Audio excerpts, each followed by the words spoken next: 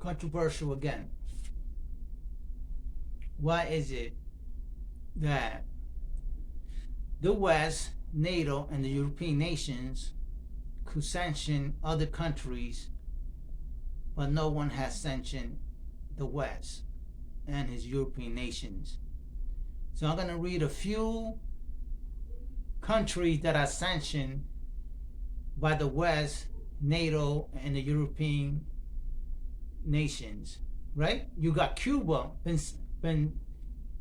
has embargoes and sanctions since 1958, and it hasn't been lifted, right? Iran since 1979, Syria 1986, Venezuela 2019, North Korea, and Mexico, being that they say he's linked to money laundering, wash money.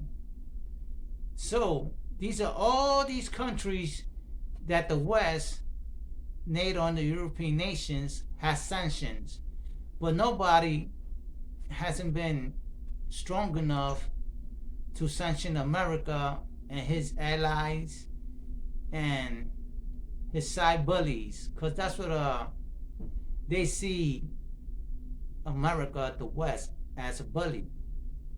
Him and his NATO, the European nations, are the ones that control most or all of any imports or exports around the world. So that's the problem. Sooner or later, somebody was going to stand up against the West and his allies, and that person is going to be considered a hero, whether you like it or not, to others that have been sanctioned by the West and his allies, is President Biden. Oops, wrong guy. Biden wish he was a hero. Nobody sees him as a hero.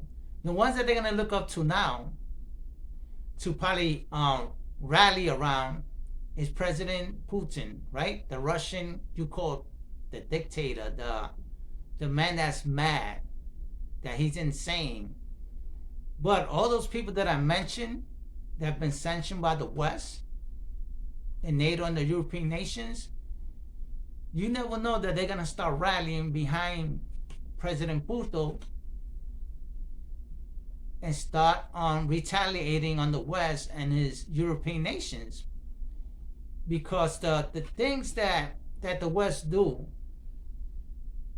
that put hardships on countries that are already going through hardships and that can't even drive in life because they're controlled by a world, well, not a world, a country that has power and influence over all other countries, right? But looks like historically it's going to change. President Putin has changed history and the way people look at history by him invading Ukraine. And the problem is that he just didn't want to invade Ukraine.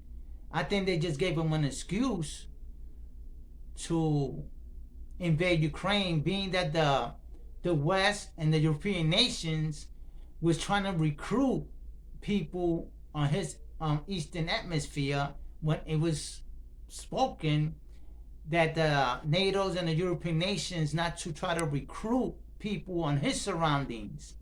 And I think that's what caused the Ukraine and Russian conflict.